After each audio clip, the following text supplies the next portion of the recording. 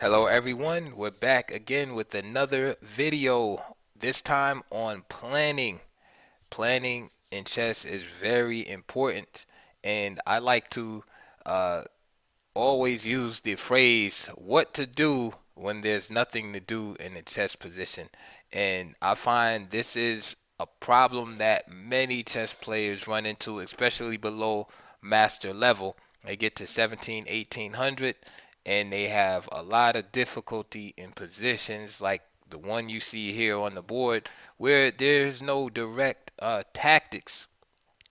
We all, uh, you know, start in chess uh, playing games by Paul Morphy, and where we see these tremendous open games, and usually this is what attracts us to the game initially.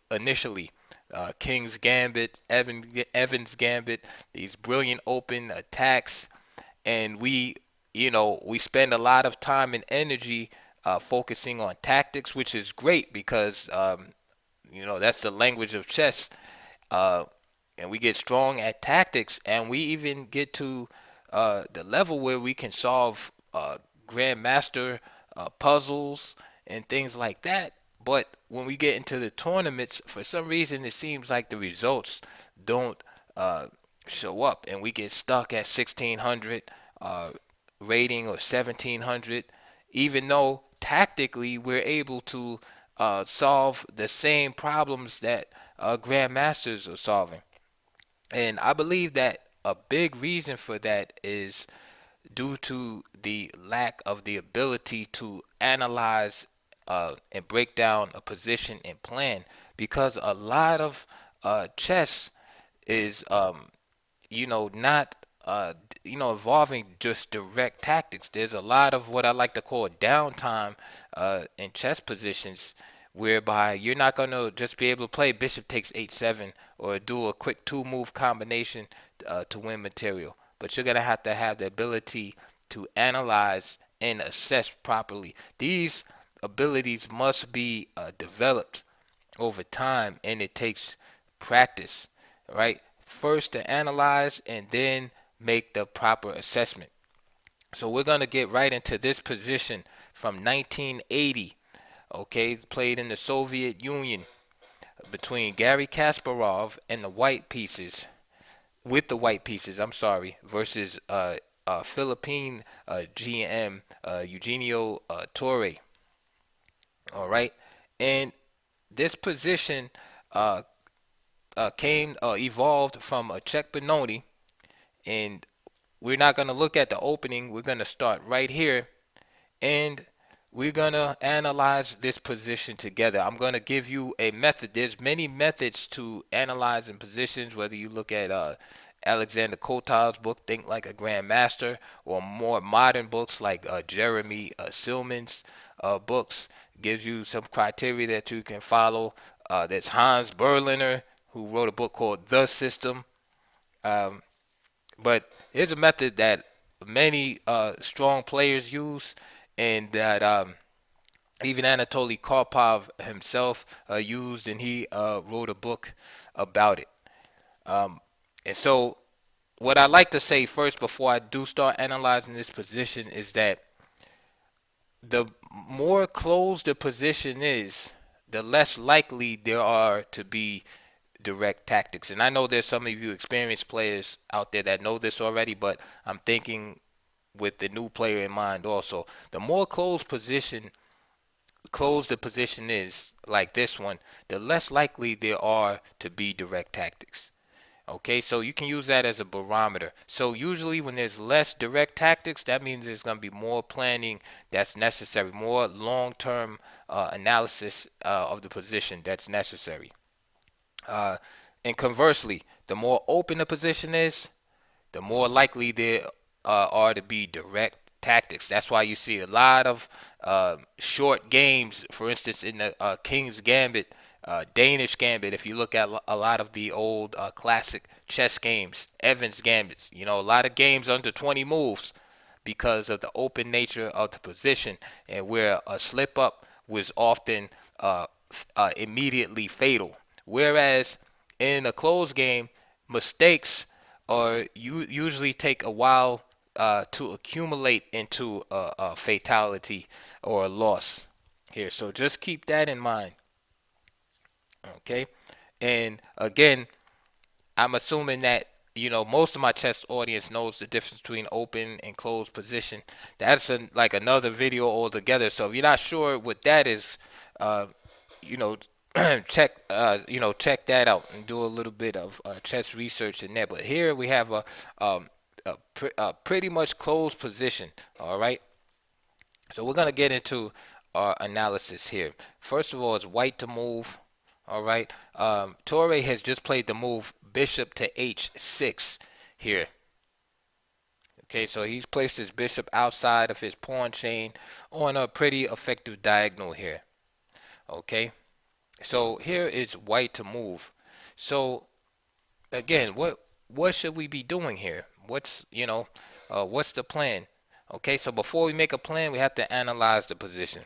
All right, so first we're gonna go step by step, and if you want, you can copy this method down on a piece of paper, and I suggest that you try it with other games also, and it will help you tremendously in your chess. Hopefully, if you're 18, 1900, it'll get you to master.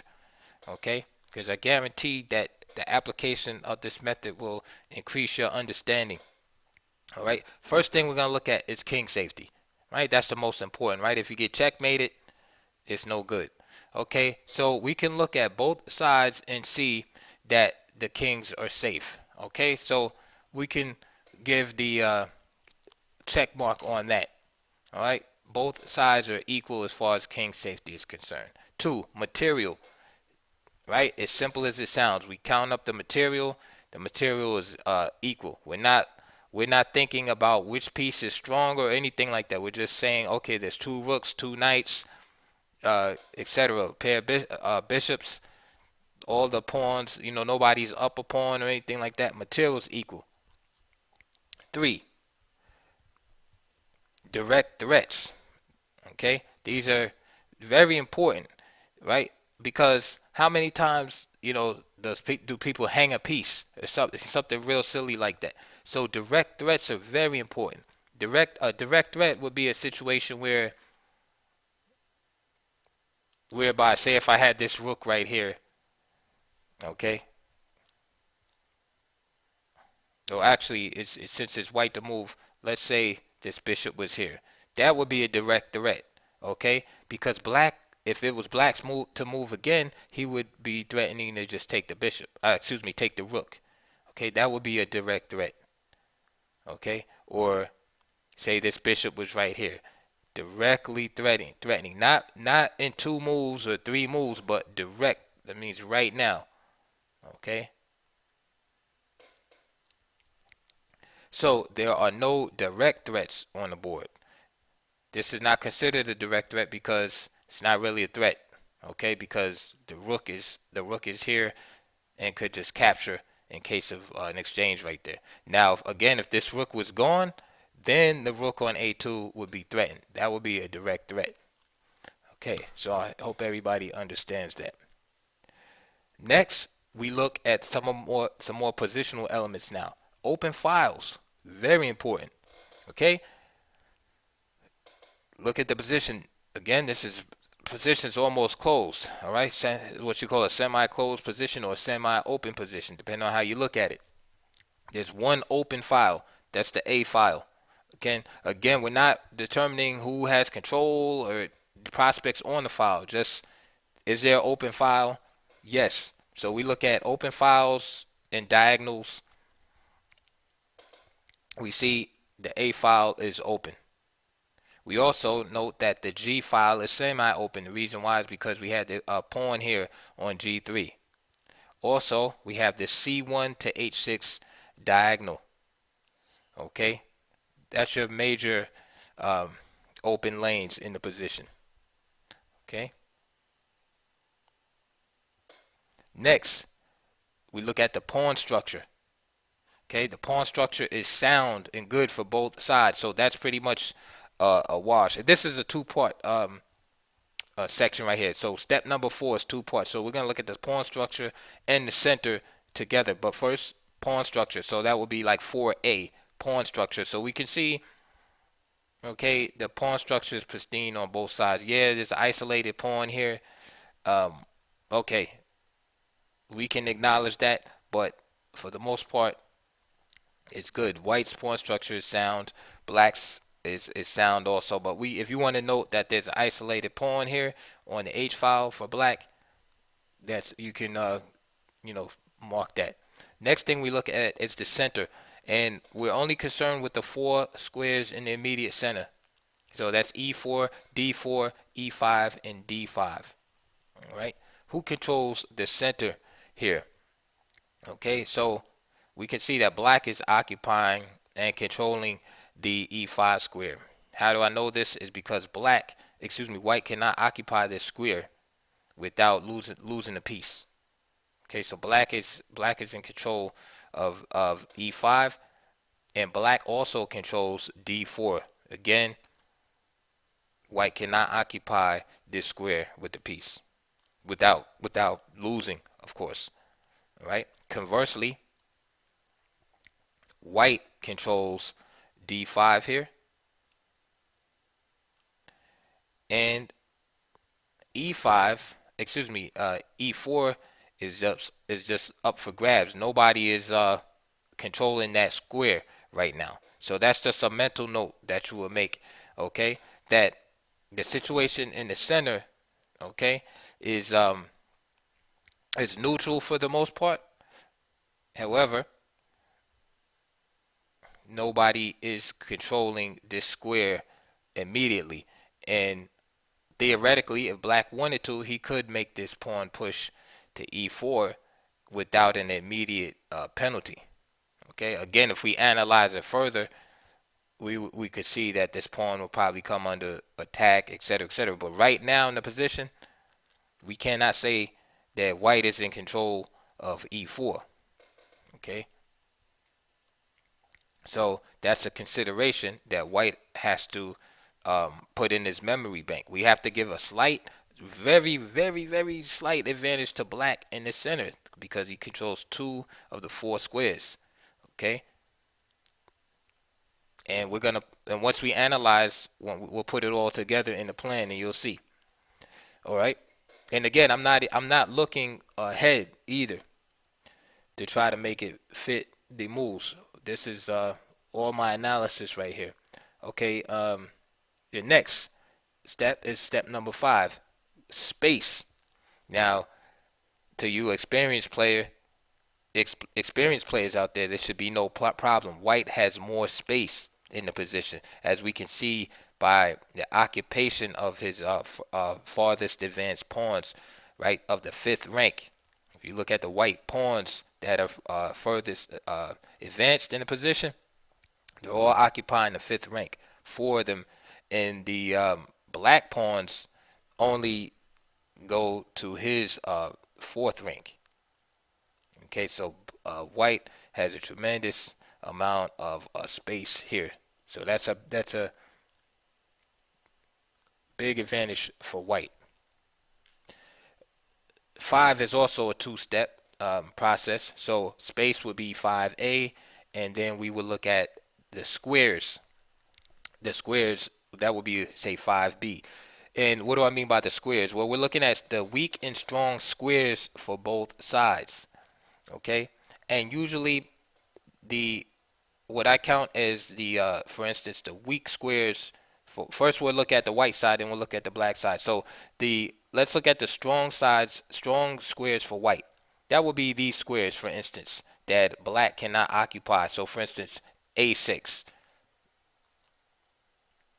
C6, E6, and G6. Very strong squares for white, right? And conversely, these will be weak for black, okay, because they're in black's territory. You see, black can't even occupy these squares in his own territory. Okay, so there's 1, 2, 3, 4 in black's territory that are weak for him and strong for white. And then when you look at the black side, the same thing. Because B4 is in white's territory, he can't occupy that square. B4, D4, and F4. So you see three squares that are strong for black in black's territory, excuse me, in white's territory, but conversely they're weak for white. Okay. Also, you want to take note and actually scratch this square F4 because white is contesting this square, so nobody can take this square right now. Okay. And you would also acknowledge the fact that this bishop on this diagonal is covering a lot of squares also. So these squares also good. Not all of them because like I said, this one is contested. But this diagonal, the squares on this diagonal are good for black. Why? For instance, the knight cannot go here without being captured. Black would white would have to give the exchange. Again, these are things that you have to keep in mind, because then you take all of these factors and put them together. Okay. Now moving on, we want to look at piece location and development. So first, let's look at development. Okay, for the most part, all the pieces are developed. That's usually a wash. Everything is out. It's a closed position. With past move 40, all of the pieces are pretty much developed. If you want to argue about the knight on B8, okay, so be it. But for the most part, the development is equal. It's a wash. Piece location, okay, and mobility. Who has the better pieces in this position? Okay, I would give the nod to white here. The reason why is because white has more future prospects.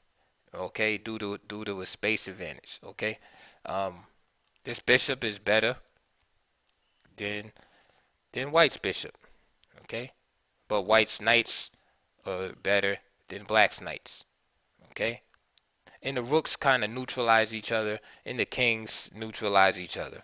Okay, so I would give a slight advantage to white there also. All right, so now we have finished our 7-step analysis there.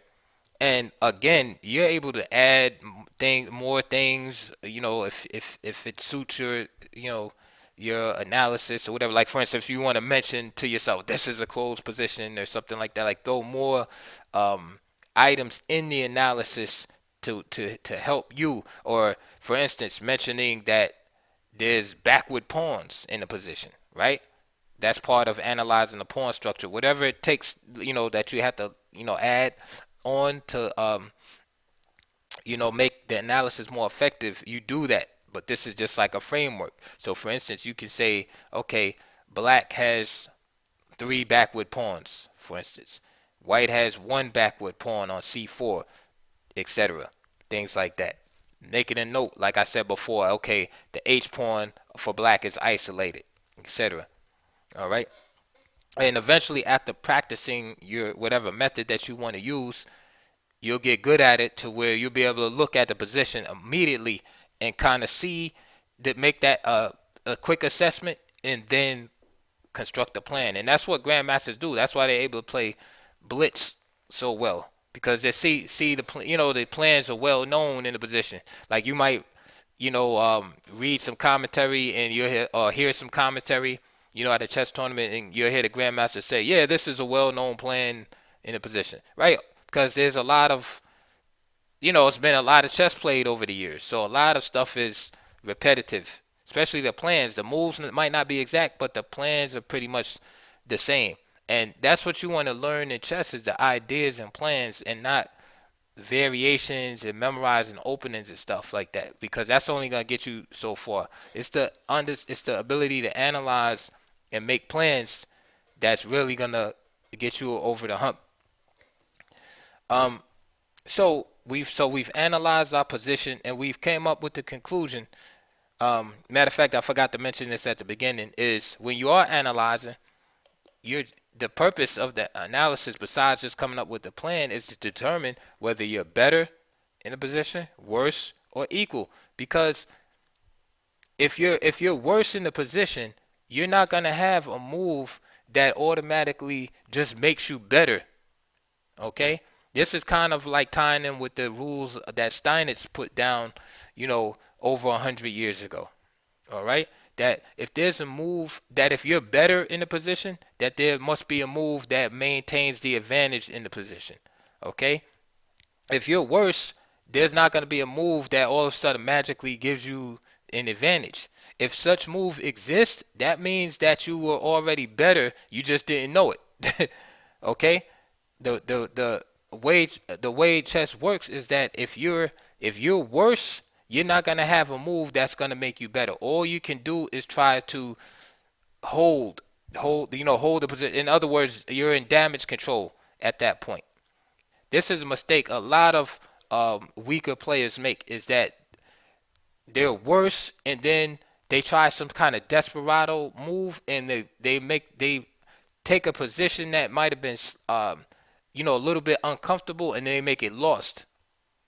Okay, so this is another benefit of being able to analyze a position, because once you know if you're better, worse, or equal, then you know what type of move to expect as an output in the position. See, if the position's equal, right, you're not going to be saying, let me sacrifice, two pieces here for this attack, because it's not logical. It doesn't connect.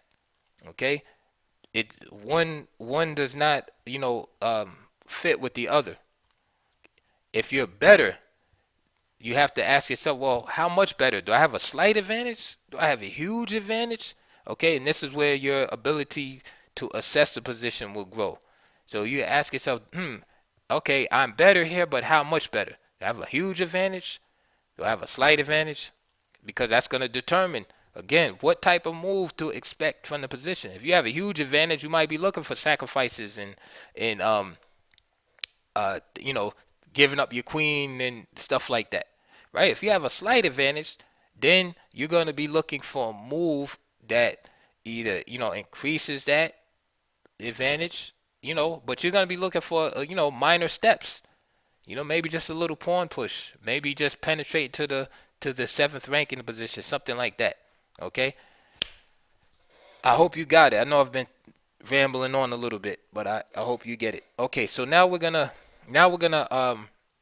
we've analyzed, and now we're gonna make our plan. We've determined that white is better in the position. Okay, now does white have a winning advantage here, right, where he should be, sacrificing a piece or something? No. Okay, but he has a nice advantage. Okay, this advantage is mainly due, according to our analysis, right? It's based on space, right? He has a nice space advantage in the position. Okay. Um. Now the question we have to ask ourselves is, how do we exploit this? Okay, how do we exploit the weaknesses in the black position? Okay, because again, according to Steinitz, we want to attack where our opponent is weak.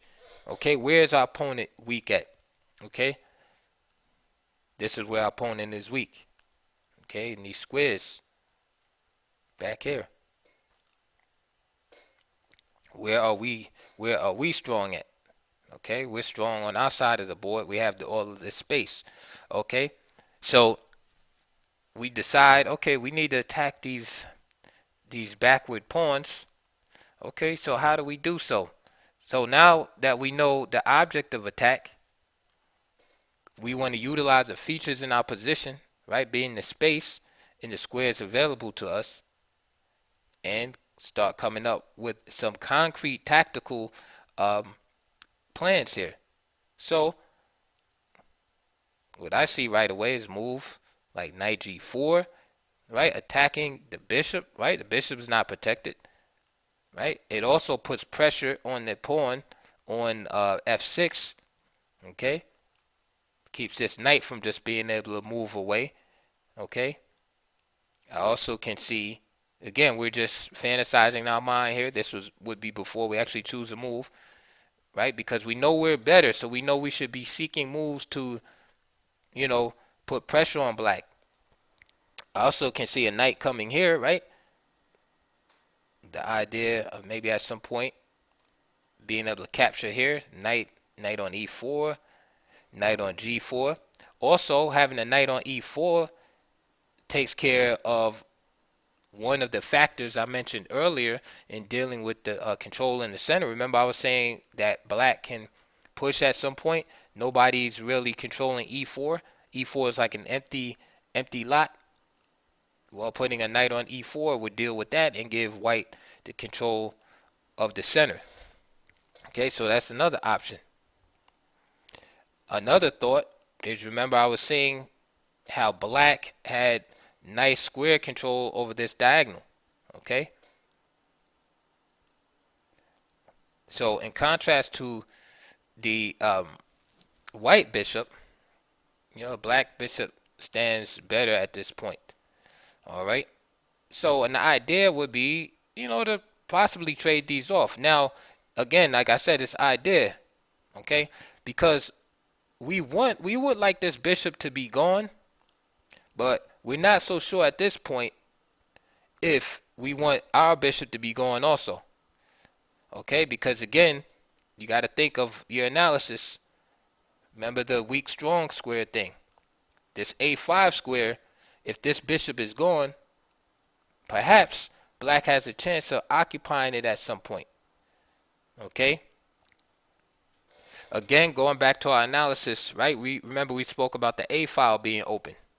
Now, if we look, it doesn't benefit either side to trade at this point.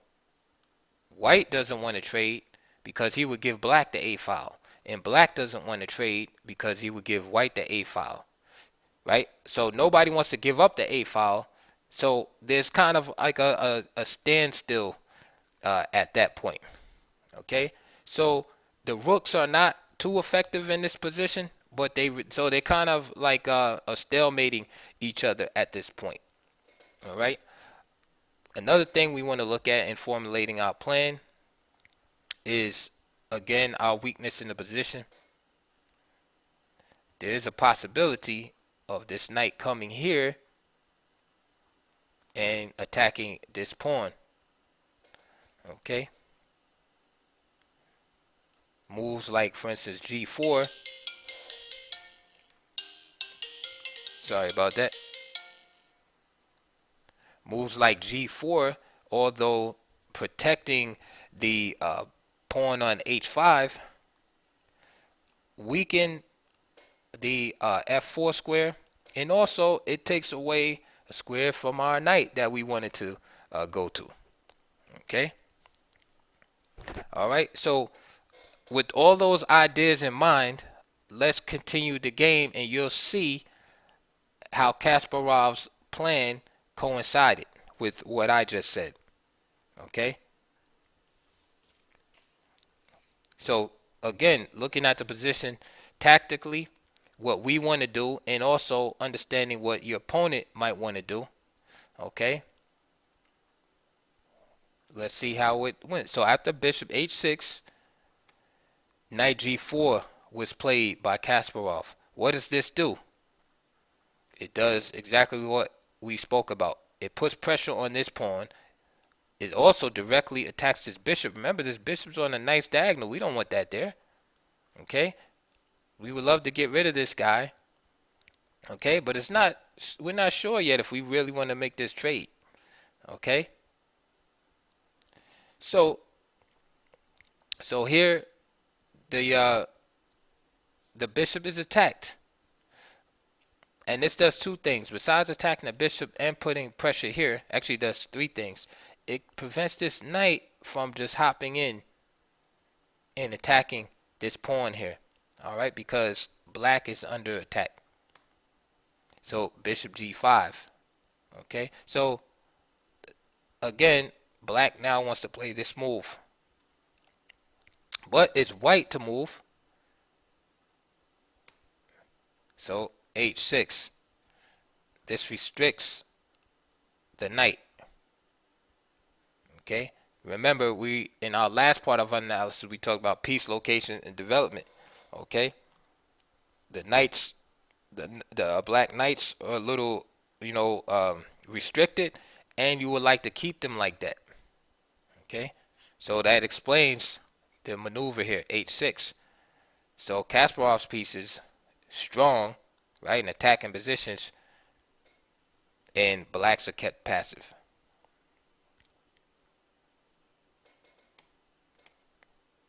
Rook e7 here. Now, Kasparov, in his notes, he mentions e4, the advance that we talked about earlier, and he gets e4, knight f4, and of course this square on e6 is too good to allow white to get into, so bishop takes f4, g takes f4, knight d7, and rook fe2. Okay, and again, now you see the scenario where white picks up the e4 pawn.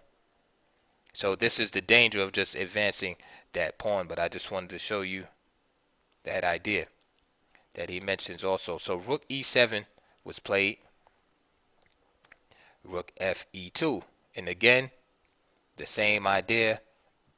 The e4 square is up for grabs, but black has to be very careful in just arbitrarily advancing this pawn. Now, king f7 for black. So more protection here. Knight d f2. So now, again, we go back to our analysis earlier, right? And now we see the idea of controlling this square in e4. Bishop c1, right? Black still exercising trumps in his position.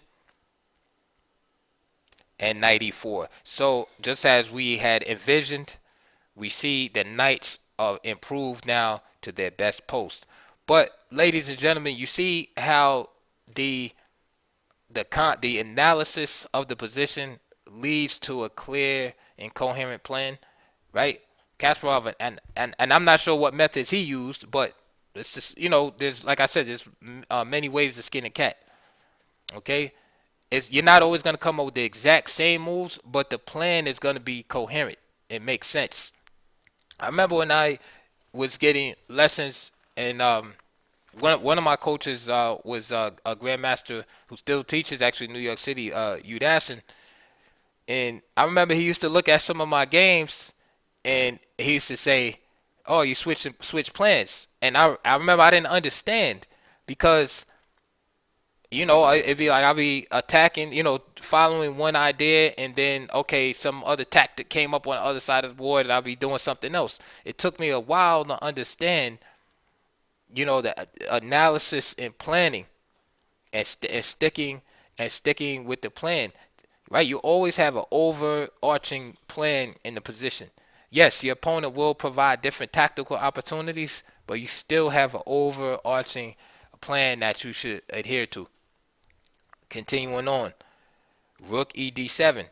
So you can see that due to the cramped nature of the position, that black is relegated to passivity. All right, there's really nothing that black can do here. However, it's hard for white just to say, okay, well, let's just trade off the pieces, because then you might be in on a fortress situation where black is just holding. Okay, so Kasparov just merely improves his king position. Now Kasparov says at this point he could have traded the rooks off, but again, remember our analysis. You really don't want to give up the A file. Okay, so this is why he didn't do it, but his later analysis says the trade of rooks would have been good.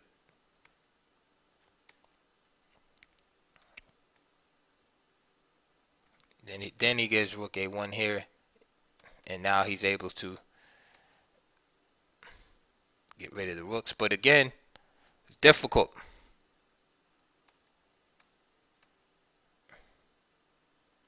And there's some of the analysis he gives there. So instead of going into that,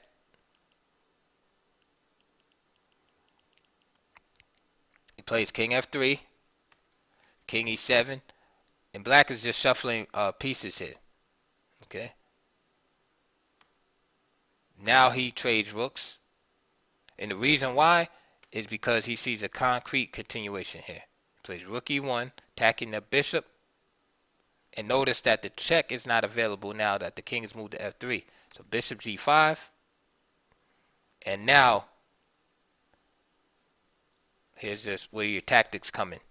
Knight takes g5, f takes g5, and here Kasparov realizes that his advantage is increased. Notice the position of the black pieces, the knights primarily on the back rank. Plays knight takes e5, d takes e5, bishop takes e5, with the tempi against the knight on b8. Right? And it's a threatened discover check. Knight d6, right? What else are you going to do to deal with this discovery that's coming?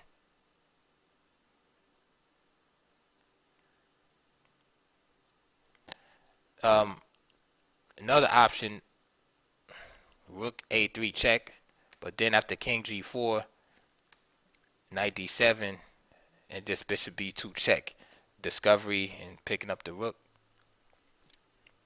So anyway, knight d6, f6 check, king d7, bishop takes d6, king takes d6, rook e6 check, king c7, f7, rook a1, and then king e2, and Torre resigned. Look at that, piece up, but a useless piece. Okay, knight d7, then just simply d6 check.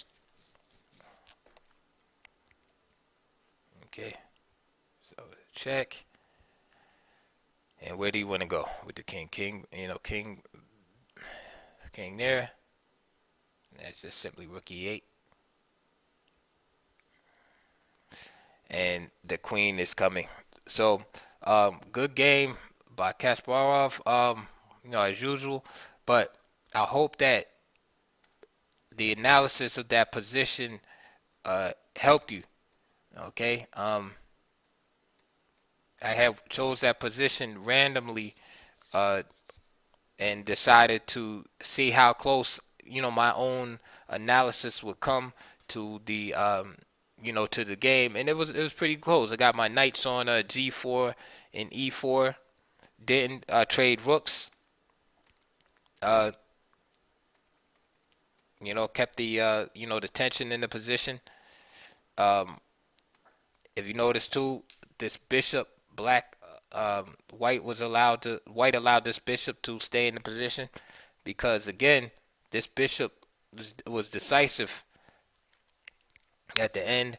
And now, like in hindsight, looking upon the earlier analysis, it was good to note, in speaking about the pawn structure, right? And this is something that you can add into your analysis. Is that all of the pawns, right? All the opponent's pawns were, not all of them, but a great preponderance of the pawns were already sitting on dark squares. Okay, so again, putting that in your mind will help you find the sacrifice later on in the position. Okay, because that's very powerful, a powerful theme. The fact that you have a dark square bishop and then your opponent has all of these pawns on dark squares. Conversely, you would mention that your pawns are on light squares. Okay, so your bishop, um, you know, is better than this bishop, even though this bishop is on a clear and open diagonal here, because the bishop, right at the end of the day, is not as effective. But these are more fine, fine points in the analysis. Okay, so we'll look at some more planning uh, games because I think well, like I said, I'll let you guys be the judge. If you want me to do more planning, like position, like planning games, like that, we'll do that. Like I've been doing the open, the quick rapid opening thing. Um, And if you guys want more planning videos, just let me know, like in the comment section down below. Please check my links. Um, please donate. I would appreciate that. There's also links for books slash DVDs, and they usually 95% of the time going to be related to whatever opening was discussed. Now here I didn't discuss an opening, but the game did start as a check benoni, so I'll put a DVD slash video or book links down below. You know, with the materials related to that specific opening. So again, I'm gonna try to follow the request, of the people. And if you want more planning videos where I go through analysis step by step and break it down, then let me know in the comments section. Also, check my playlist. Go through my videos. I have like 500 videos. And there's look in my middle games section. There's a lot of analysis where I do break down middle game plans as well as end game plans and things like that. All right, so that's enough for now, and I'll see you guys on the next video. Please like and subscribe.